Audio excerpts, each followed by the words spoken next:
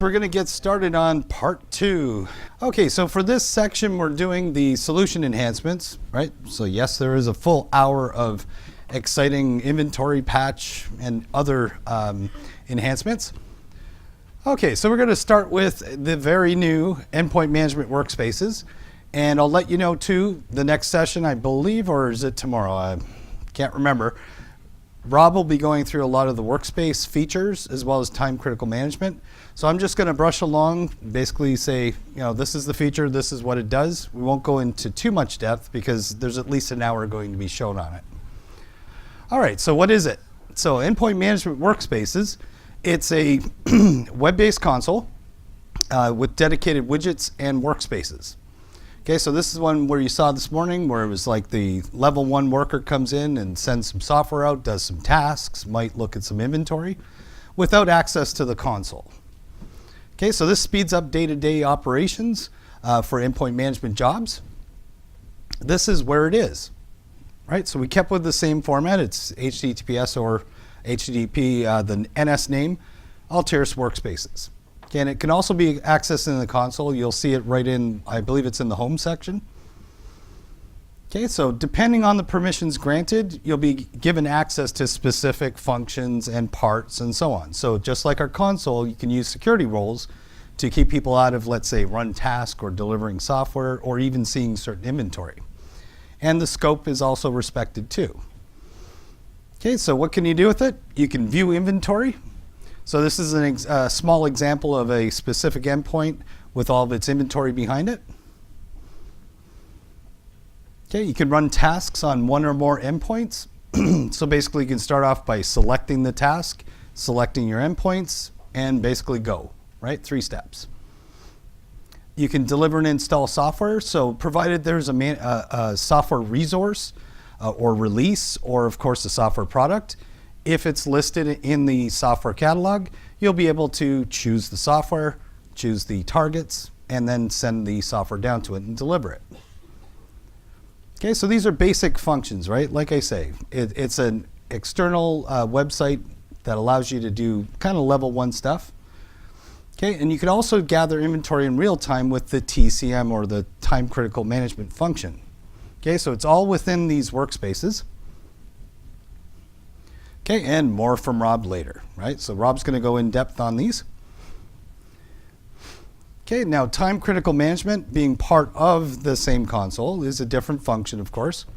So this gathers inventory in real time to perform immediate hardware and software state analysis. So if you know anything about our inventory policies and so on, they're only as good as the last policy or the task that you ran. So if you said collect software inventory at 1 o'clock every day, that data is as good as 1 o'clock every day, provided it was on, right?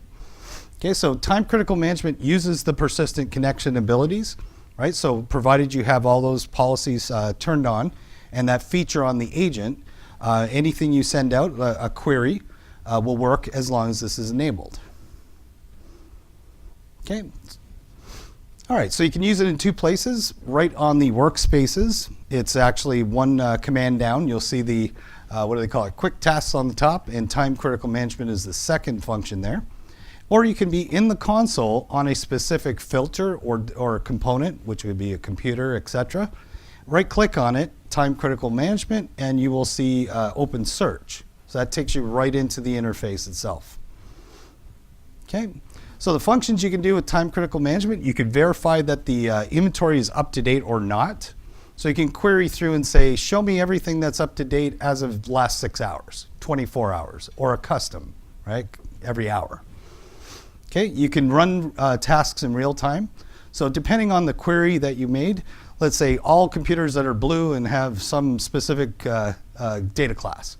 Whatever results you have coming back, you'll able to run tasks on them in real time too, right? So get your target basically and say, send a computer reboot to it, and it would do it for you. Okay, or push policies immediately to the endpoints.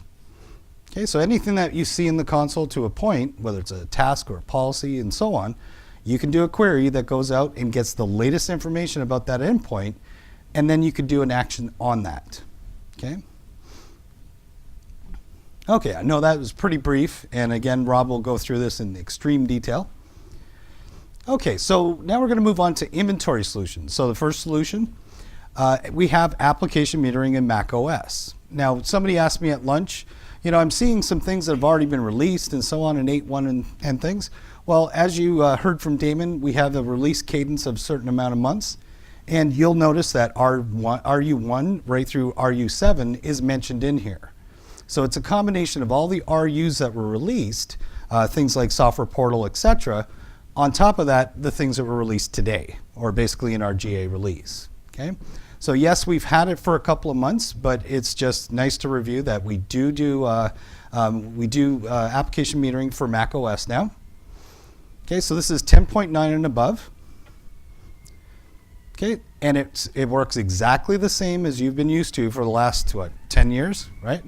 So going into, let's say, a software product, you would join or associate the application executable with that software product, and it will do the tracking for you.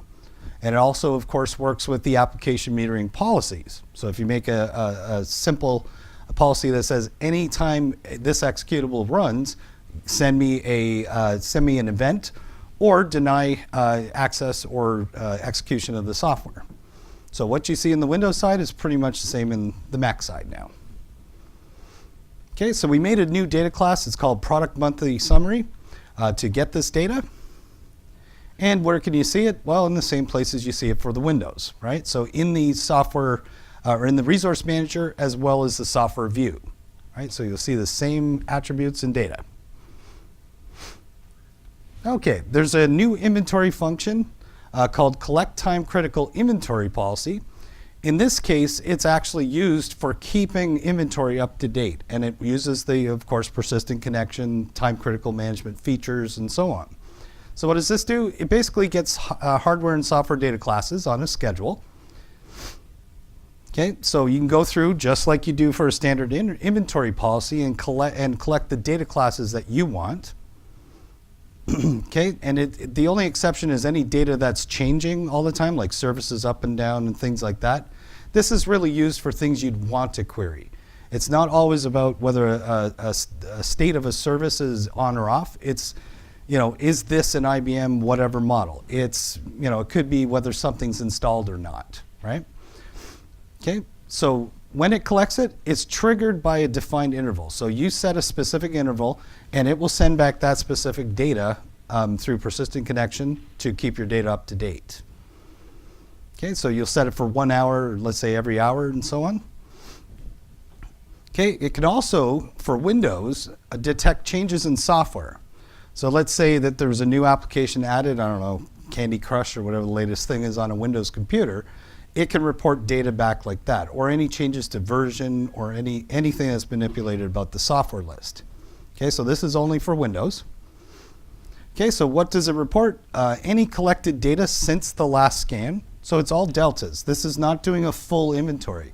If you know anything about some of our settings in inventory solution, you're basically doing a full poll of, let's say, software or hardware, etc. So this just takes any changes to the data. If nothing changes, nothing comes back. Okay, and for each bit of data, every data class, it will tell you the date and time that it was doing it, or sorry, that it received it. Okay, so this helps with relevancy and other things of time critical management to tell you it was done within a certain amount of time. Okay. Okay, zero footprint. How many people have used this in the past? So you got a big, let's say you buy a new company, that's another one. You acquire a company and you want to get their inventory real fast, you go around with USB keys. I was going to say floppies. Wow. That's version 5.5. So now what we've got is, can you tell me what the common problem has been in the past? What if a machine had an agent on it already? What happened? Right? It would kind of stall. It would not run. It might give you an error. Okay? So what they've done to the standalone inventory is they've reworked the entire process to use DLLs that don't interfere with the other DLLs. Okay, so the other DLLs would be if you have an agent down there already, and it's, let's say, 7.6, this thing will run independently of those DLLs. Okay, so there's no conflict between them. Okay, So what's good about this is you're able to use it for things like troubleshooting, if you think about it. If you're not updated to, let's say, 8.5, but you want to get a really fast inventory, going through piece by piece, and you don't want to interrupt the 7.6 agent or the 8 or the 8.1 agent, this can be run and it won't interfere with it. Okay, so again, like I say, it could be executed on any version if an agent exists, or of course a base computer with nothing on it. Okay, we also detect new application types. So this is a common question that I've had over the years, is do you detect some of the Windows apps and the AppV apps and so on and so forth, right? So this is a really good feature. Okay, so we've added support for Windows Store applications. So if you recognize this little report here, if you go into the resource manager of any computer and you go into the software summary, right, software summary, it will show you where the software was brought in, if it's installed, if it's not, and so on and so forth. There's 3 reports. This is the bottom one that shows installed software.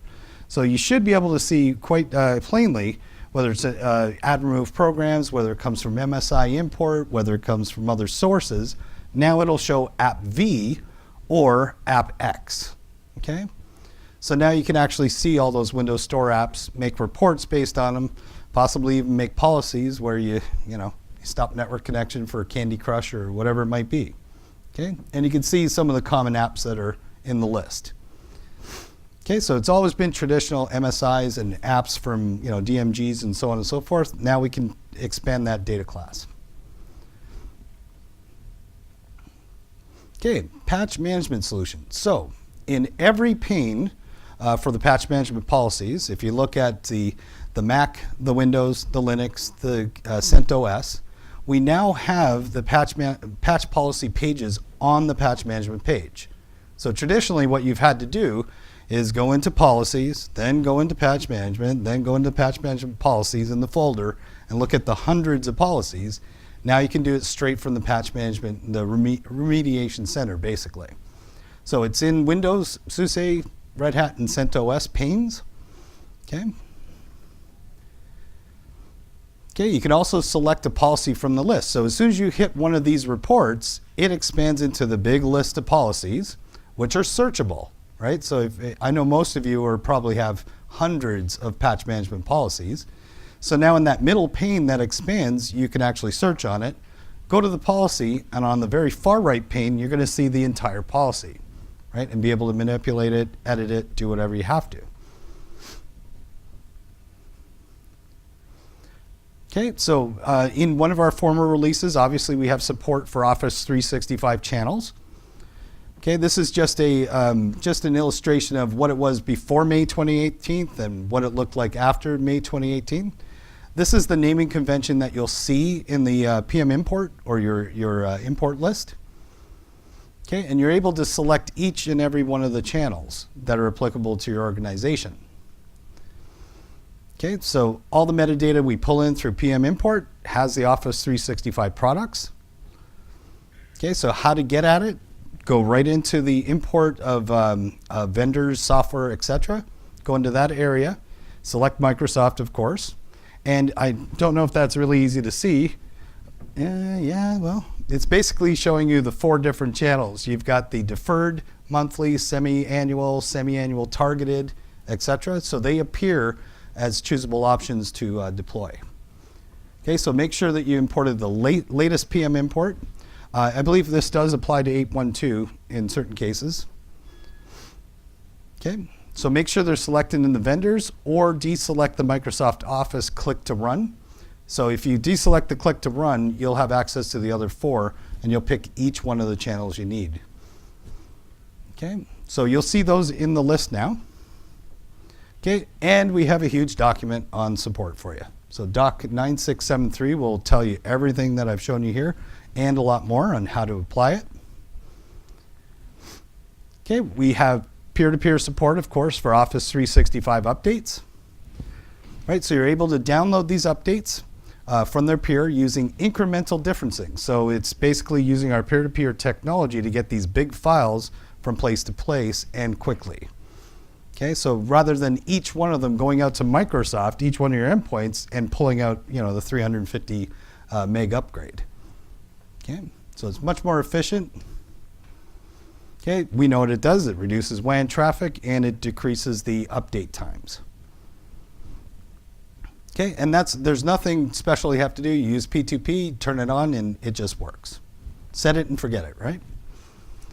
Okay, so this is I don't know who's familiar with the latest news about Windows patches, or Windows 10 patches specifically. There really isn't a name for it yet, but we're going to use the one we know. All right, so we now natively support Microsoft PSFX updates. They could be called quality, they could be, there's a whole bunch of names out there right now. So this is the update for anything Redstone 5 and greater, or 1809. Okay, so anything before that is pretty much express updates and feature and so on. Okay, so through our standard mechanism, our patch management, we can have access to these as they're released. So this one patch provides obviously reduced delivery time. They're much smaller, right? If you look at the chart there, the dark blue at the end, they're very similar to Express updates, but they contain not only the main base for Windows 10 of the GA of 1809, but also the updates all in one package. They're slightly bigger than... Okay.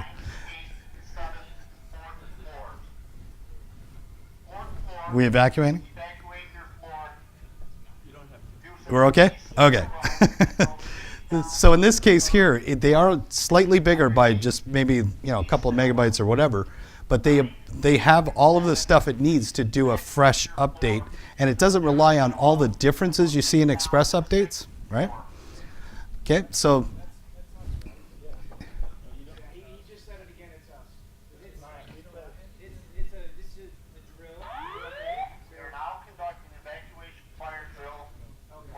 we're good? What did I do? All right. So the other thing is it delivers the delta changes, right, between the latest Redstone release. So 1809 will be the GA, right? That's the base. Anytime there's a new update, whatever they're going to call it, it'll just have the changes within each subsequent one. Okay, so the beauty about it is it does support P2P. So we don't have to rely on a full Windows update, MS update technology. We can turn on P2P and deliver these packages also, right? Okay, so these updates also improve the overall install time because they are smaller, they're faster. We can do P2P and add other features to it to get them out there. But here's some caveats. This is brand new. I don't even think it's publicly released stuff, but this PSFX update, it's just a work in progress name. You go look at it, you won't find any information. You'll find something on quality updates, which we call everything quality updates, right? So there'll be a new name for it. Just think of it as anything Windows 10 Redstone 5 and greater. It's the next generation of patching from Microsoft. We're already on it. We're already pre-testing. We're already working with it. So it's not something that's going to come out and we got to wait for it to hit our PM import. Okay? The feature updates aren't available in this format. So they're still going to use the Express update methodology, right? So it's still the same thing. It's using the download optimization and the other functionality. But we'll have to see what Microsoft does with these and see if they use a different method. Okay, and again, like we mentioned, it's not available for Windows 10 1809 or under, but Microsoft promises to release Express updates, right? They're going to continue to make Express updates for Redstone 4, 3, 2, etc. Okay, so long story short, there's a new way they're going to do it. We're going to support it, and we already do. Okay, Windows Update Service. So this is an interesting one, right? So what does that mean? Well, think about the pane inside of patch management, right? We have Windows, we have Mac, we have SUSE, we have, Windows, Mac, Linux, and CentOS, etc. We're adding another pane here. So we will allow you to run your Windows Update Service methodology through Patch Management Solution. So we've opened that up. So you can choose to use the Patch Management Solution, you can use Windows Update Services, or both in conjunction. One does, of course, beat out the other one. But let me show you what it looks like. Okay, so the Express Update technology gets used to distribute incremental changes for each client. So we know that reduces bandwidth and so on. So we can release these and distribute them through this one new pane that uses Windows Update services. Okay, so we can deliver updates to clients that meet these requirements. So in this case, computers have to be ready for patch management. That means the patch management agent has to be down and enabled on each of them. The computers must be able to access Microsoft Update servers. And I'm talking the internet. Basically, they got to get to Microsoft. Okay? And the computers have to have the default Microsoft configuration policy turned on. So this is a new policy. So you're used to the default, the DSUP, right? So the default software update configuration policy, right? So that one, if you turn this one on, what happens is it will turn on a whole new pane in patch management. And you will see Windows bracket Microsoft appear with your Windows, your Mac, your Linux, and so on. Okay? So this is basically a policy that attaches to a new part of the console. So this is what the policy looks like. Very much like the default update policy, but it's very Microsoft-centric. This you would probably see in a WSUS type configuration, right? So what are we telling it to do in the policy? So this turns on the Windows Update Assessment Scan. That's not our Windows Assessment Scan. That's Patch Management Solution, right? So it turns on the Windows Update Assessment Scan. It defines how often, so it gives a schedule. How often are you going to run the Microsoft scan? It can override maintenance windows if need be, right? So I don't just set the Windows Update scan to go. If I have a maintenance window defined, it's not going to violate that, right? Okay, it configures the download or install of updates. So in this case, you have the choices of going allow download from other computers, right? That's what they're doing nowadays with Windows 10. Okay, only from computers in my local network or computers from my local network and the internet. So you can configure and make multiple policies here to do different things. And include updates for other Microsoft products. These are common terms you see in the Windows Update services, right?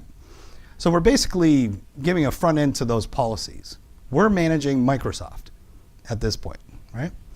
Okay, so it can include any other Microsoft updates, Office, etc. Okay, so what does it do?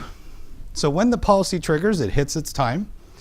It inventories the managed computers that have the policy with the Windows Assessment Scan. So you know there's metadata that comes from that, and it comes back to the notification server. Okay, so it tells them what software updates are required, and it's all in Microsoft data, right? Okay, then it targets the software update policies. The targets for the software update policy are automatically created at this point. Okay, so in this case, once it's done the initial scan, it'll do deltas after it if you tell it, right? So it's not returning, 50 megs of data every time it does a scan. Okay, so this is just the policy to basically tell the computer, do the Microsoft thing, and basically continue doing that on a schedule. Okay, so the other thing we added to it is not just the Microsoft metadata, but our own stuff for recency information. This is great for time-critical management. So this tells me how recent that scan was done, and the data itself has a recency number to it also. So if you're looking for specific patch information or anything that comes from it, way it downloaded, etc., we have that information so that we can make reports and make judgments based on that. Okay, so that's just the policy itself. Now, what does the portal look like? I hope you can see it. Okay, so in this case here, if you look at the blue section, the actual description of all the patches, do those look like our PM import? Not at all, right? These are this is the native text from what you would see on a WSUS server or a Windows Update methodology. So these are Microsoft terms. You look at things like categories, upgrade, critical updates, security updates. These are Microsoft words. So it's all in Microsoftese, if you want to say it, right? Okay. So that's just that's the portal. You'll see that it added it to the other 4 that were already there, right? I don't know if you can see that perfectly, but you got Windows, then you got Windows Microsoft Data, and then it goes Mac OS X and Red Hat and so on. Okay. So the one thing you should know is if you enable that default Microsoft policy, it turns on this console. Okay, so if you don't enable it, you'll never see that in the console. That's the one stipulation. All right, so this manages compliance and remediation using the Microsoft Windows Update Agent. All right, so what do we see in here? Microsoft updates, obviously. We have reports that show the compliance by KB, right? So this is in Microsoft terminology, right? So they're sorted through there. Compliance by update. Okay, so it shows you 100% and so on, the compliance of each of the patches. And obviously these do have drill downs into the particular ones. We also have the menu items that are very similar, if not the same, as you see in the patch management views. So things like view computers with the installed update, view computers without, things like that. Okay, and then we have compliance by computer. Right, so it lists all of your endpoints and whether they're 100% compliant and so on. Okay, and it's all based on Microsoft update data. Okay, then we have a link, just like the other panes, to the particular policies. So anytime you use one of these updates and you deploy it or you remediate, it's going to make a policy, and you'll be able to access it from this area of the menu. Okay, there's also exception handling reports, which are common right through all the other platforms, as well as the settings, right? So the common ones are remediation, right? It's the same across any platform, and installation and restart, which is, when to reboot, when not to, and so on. They're common. And the only one that's not is the MS Update configuration policy. So this takes you straight to the policy to change it. Okay, so basically what we've done is put Windows Update services inside of our patch management solution. We manage it, we get all the data we need, we can report based on it, and I don't have to have a Windows Update server on the other side, right? So I can do it all within one. Okay. Okay, so you may or may not know this one. So this is one of our big ones, is our redeveloped software portal. How many people use the legacy one? The one that's been around for a little while, right? Using it in everyday use within the company? Okay. Do you have this going yet? Okay. You might after this. Who knows, right?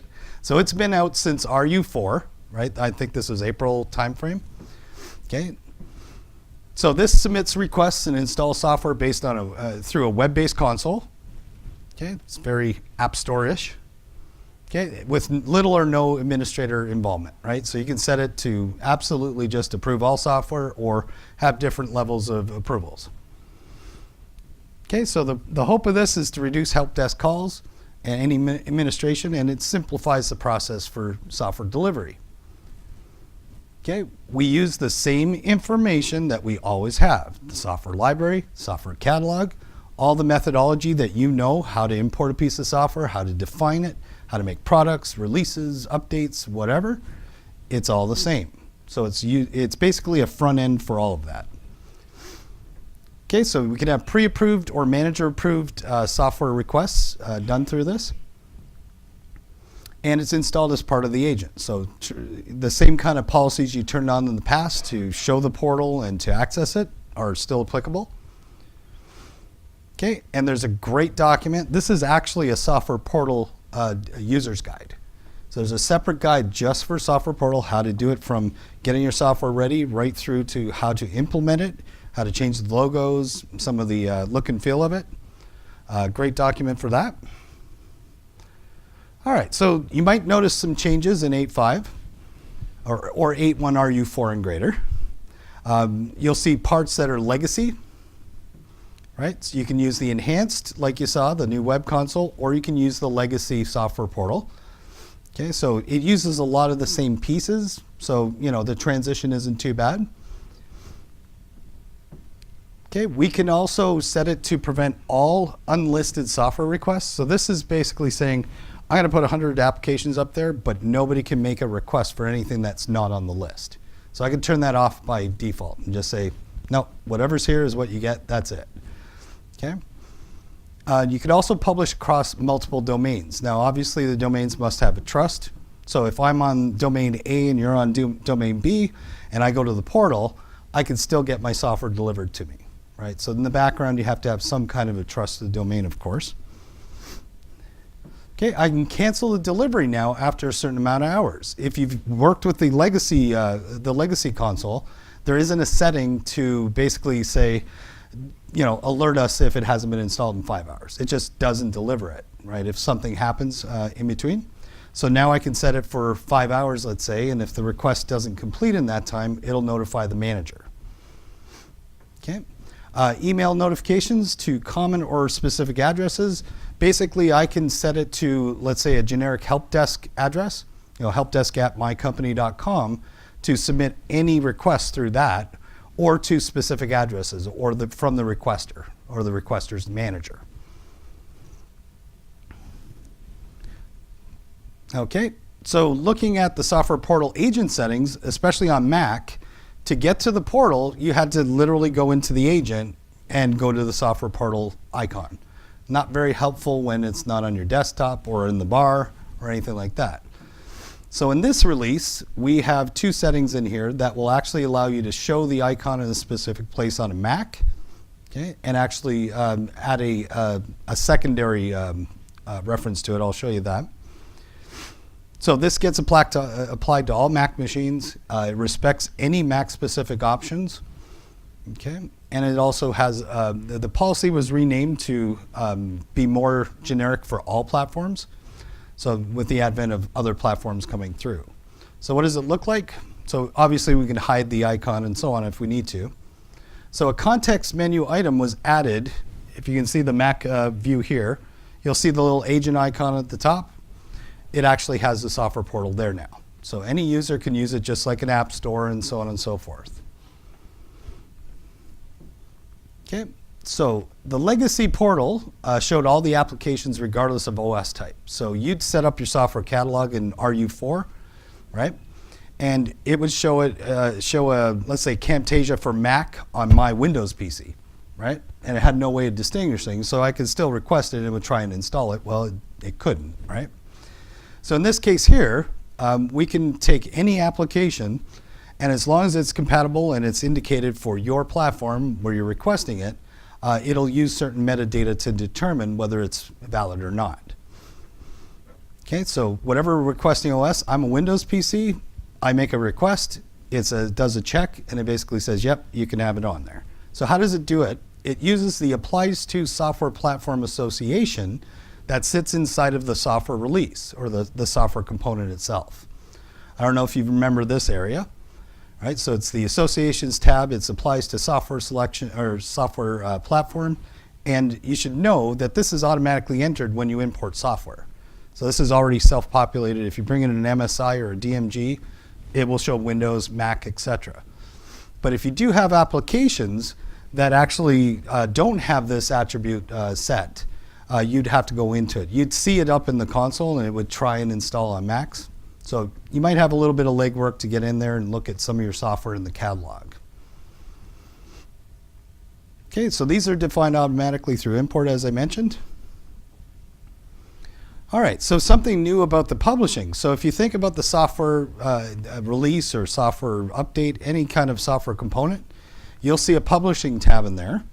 So this is where we show whether it's visible in the portal, regardless of legacy or new. And we can actually not just do user now, we could also do targets. So this also helps with compliance if you think about it. It's great to say all users can see it, but they must be part of this target.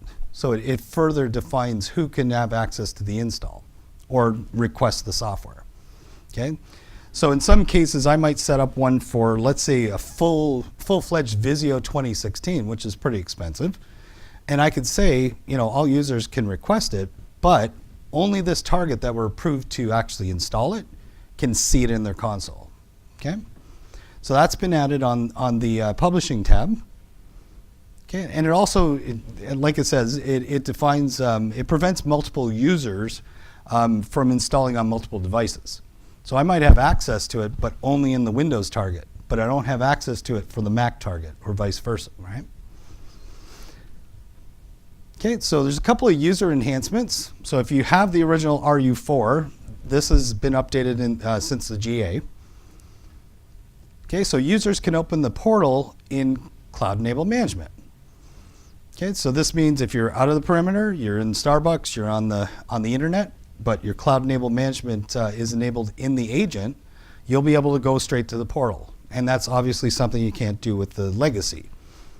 Okay, so how does it do it? The agent implements a local proxy server, basically 12.0.0.1 to represent the portal. Okay, and it does a browser redirection when the agent's in cloud-enabled management mode. Right, so if it's in SEM, it goes into this proxy mode. And what you'll see on the Mac or in let's say the Edge or Chrome browser is 127.0.0.1/ whatever the portal address is. And it keeps it from exposing where your servers are and things like that in public. Okay, so the experience is exactly the same. You're still going to press the same buttons to request software. Nothing changes. And obviously, if you're in cloud-enabled management mode, if you press, let's say, Adobe Reader and you request it, it's going to be delivered to you over the cloud too. Okay, so portal enhancements for the managers. Okay, so there's a new users tab. So this specifies all of the users that are within your purview, right? So anybody that's listed as your requesters, right? So have all of the people in there, and it'll only show the requests from them, right? And you'll be able to act upon them and so on. So any user requests will actually show in there, open, closed, denied, etc. And you'll see on the right side of each of them, you'll have the ability to approve or deny. Or you can double click on them and go into the whole request. Okay, you also have the ability to email and communicate with the users.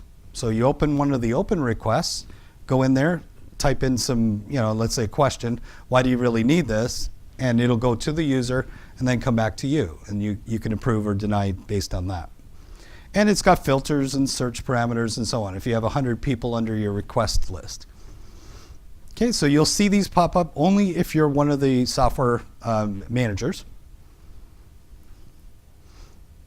Okay, so again, difference from RU4 to today is we have some application filters. So in this case, I can filter between specific categories of software, desktop application, utility, server, etc. I can look at publishing types, right? I can look at approval types also, whether it requires approval or doesn't need approval, etc.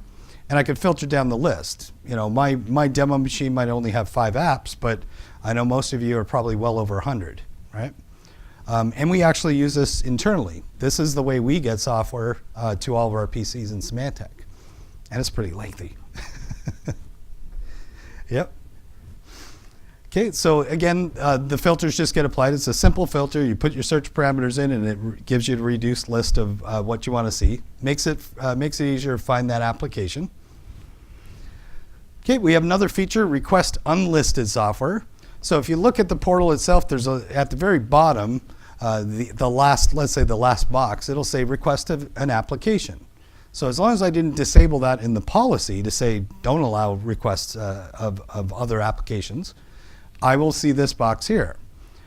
It's very basic, but if you know anything about service management and so on, this is sometimes all you need. I need AutoCAD Lite for blah, right? My job states it. And then it just starts the request.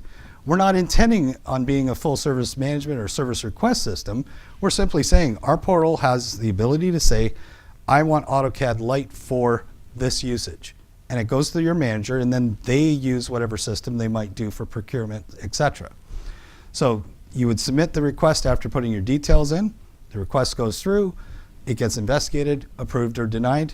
And if it's not part of our software catalog, it may become that. So you procure AutoCAD LT 2016, whatever it's called, bring it into the catalog, and it may appear as an application somewhere down the line. Okay. So it's very easy, two items, and submit the request.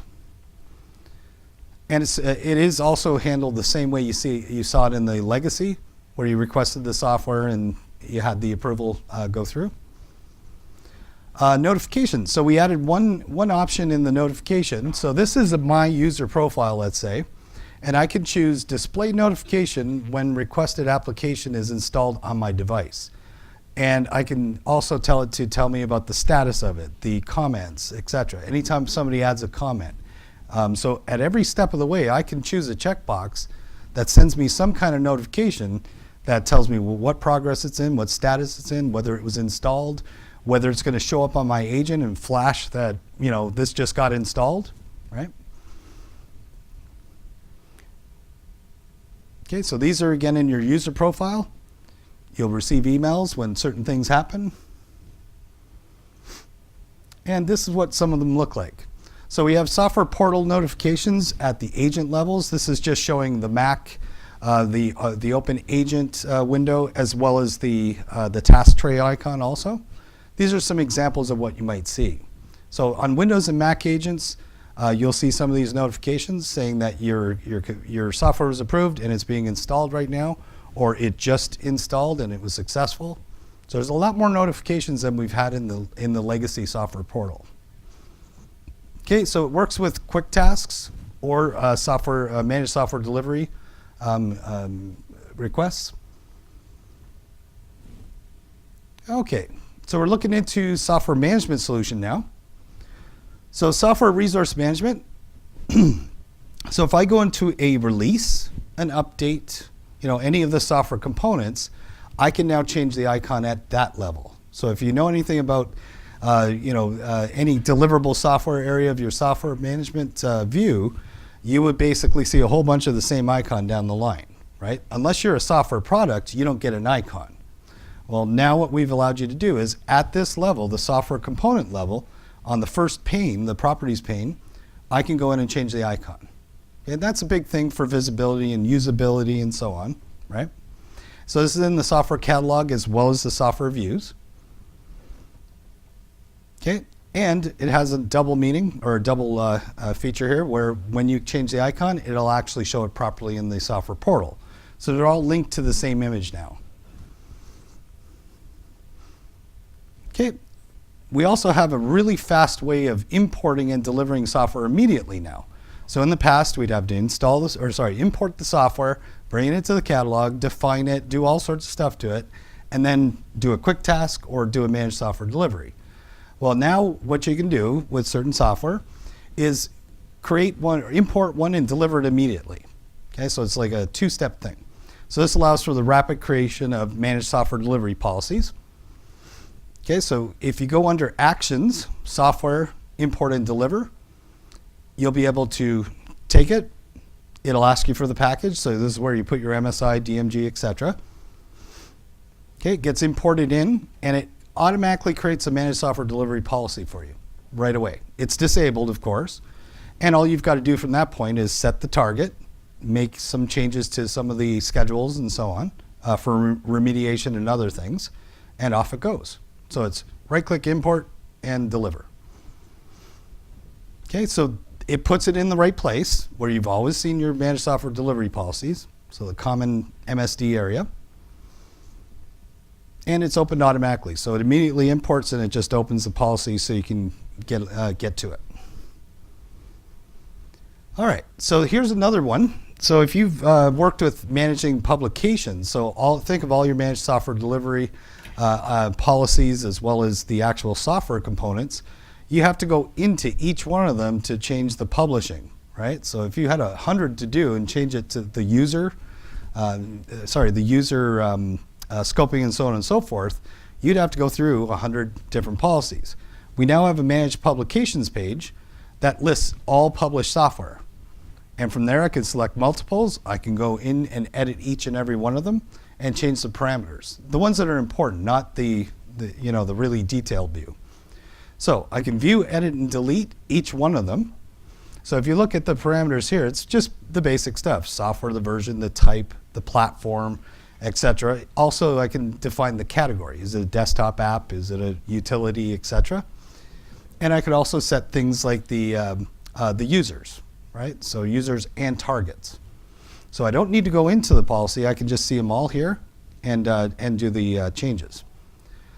So I can also immediately just right-click, just like we do with policies, enable or disable, I can publish or unpublish in one shot. I don't have to go throughout the console to get to it. I can create new ones, pressing the new button, or publish software. It walks me through a wizard. So provided that software is in your catalog right now, I just select it off a list. I say, well, I want that Notepad++, and I want to use this command line. And then it moves on, of course, into the next phases, which would be manage availability, of course, and other publishing parameters. Okay, so it's pretty fast and convenient. Okay, so we don't have to go into 5 places in the console. It's all in one place. Anybody use the software portal ASDKs? Here they are. Okay, so what they've done is they've expanded upon the software portal ASDK components. So you can do with one single command, create the actual, do the importing of the software, do the defining of the policies, everything in one, and deliver, add users. So anything you would do in the publishing configuration or settings can be done through programs now. Okay, software API, same thing. We can import, create, and generate installation policies through single commands or calls. Okay, so it supports all sorts of stuff. EXEs, MSIs, RPMs, non-DMGs, SFX. And this is obviously if you're using the SDK to do things programmatically outside of the console. Okay, document 11040 will show you everything about it. Okay, moving into deployment solution. Okay, so now it supports WinPE10. So this is 1607 and 1703 with some limitations, and you can research that on this how-to article. Network boot services now supports Windows 2016.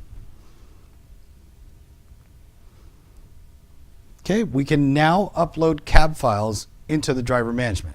That's a big thing because in the past you would get a lot of vendor drivers and stuff to add to your boot files, and they were in cab files, right? There's a lot of common vendors that do that, and you can only do EXEs and so on and so forth. Okay, so we've improved the performance of the boot disk creator. So we've reduced the time it takes to bring in drivers and to regenerate the packages. So you will definitely see a difference in the speed. And how many people have heard of iPixie? So you got iPixie. Are you using it in any method right now? Okay, you will now. Okay, so iPixie, what is it? Okay, so this is another version of Pixie. It's open source. It's these guys here, ipixie.org, right? It's another Pixie option for deployment solution. It is definitely not a replacement. So don't think, this is what's going to replace our current Pixie methodology, right? So for DS85, you have the option to use iPixie if you need to. Okay, so all the existing stuff that's there, the bootloaders and all the supported stuff is still in the product. Okay, so what are the big benefits here? Okay, so it has a much faster download and boot up performance than our standard Pixies. Okay, it's a lightweight bootloader. So it supports TFTP, SAN, HTTP, HTTPS with certain configuration, and it has multiple NIC driver support built into it. Okay, so it's very similar. It's just faster, opens up more abilities for different protocols, security levels, etc. Okay, so in our implementation, we use HTTP specifically. So this has a higher network performance than the traditional ways we do it. And it speeds up the download and boot of the clients into Pixie when you're doing staging and any deployments. So there's a nice, big, huge technical article found on support.symantec.com all about iPixie, how we implemented it, how you use it. Okay. All right, so what you need IIS on your server. So wherever this is going to go, this Pixie server, it has to have IIS. Okay, when you create it, you have to make sure that you create the new website and have TCP port 4433 available and situated, so it'll talk. Okay, so this is used between iPixie server and client communication. It instructs the Pixie clients to how to act if a job is assigned to it, right? Initial deployment and so on. Okay, and it provides access to the HTTP PXE boot images. So if IIS is not available, they'll basically fail to boot, right? It seems kind of obvious, but if you see that you've turned on iPXE and you're deploying computers, deploying images to it, and things aren't booting up, that's pretty much the reason why. Okay. All right, so, ooh, that's not good.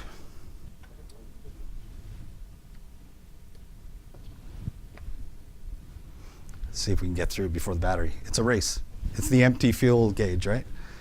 All right, so basically if it doesn't work with iPXE, it'll just go to the next boot order, right? So UEFI, BIOS, etc. But this is more of a troubleshooting thing than anything.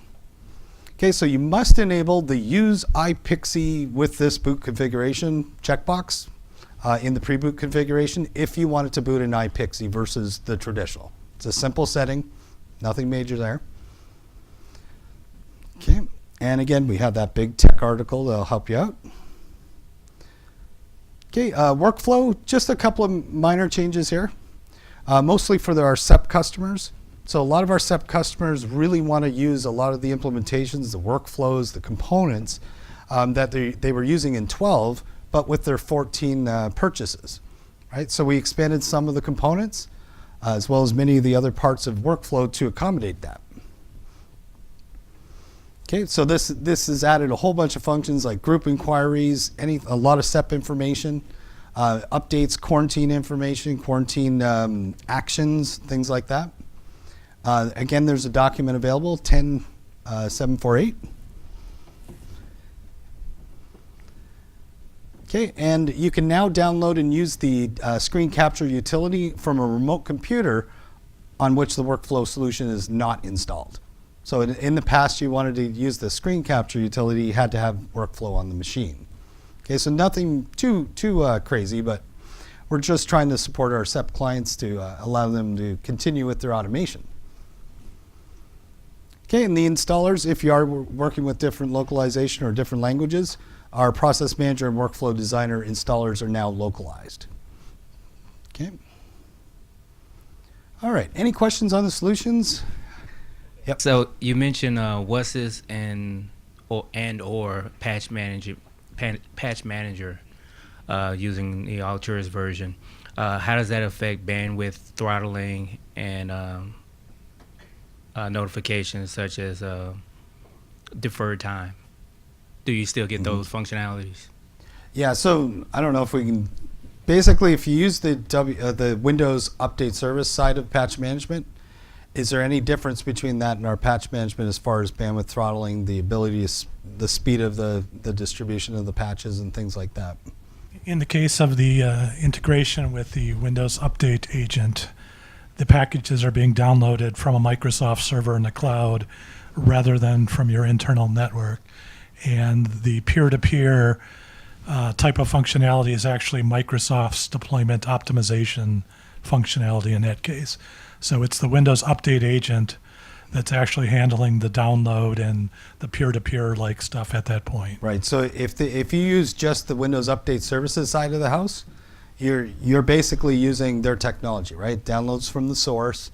And yes, it does have the download optimization where it might get it from Microsoft, get it to a master computer, and then it does DO or download optimization.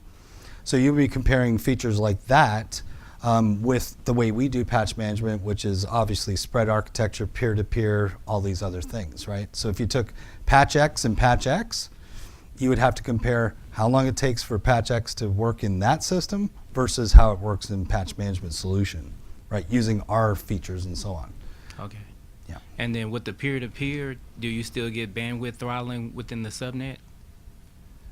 For our side of the house in right. patch management? Right. Yeah, so peer-to-peer is a function of packages, right? Okay. So it would definitely work with our software updates regardless of how you set them up on our side. Right. Okay.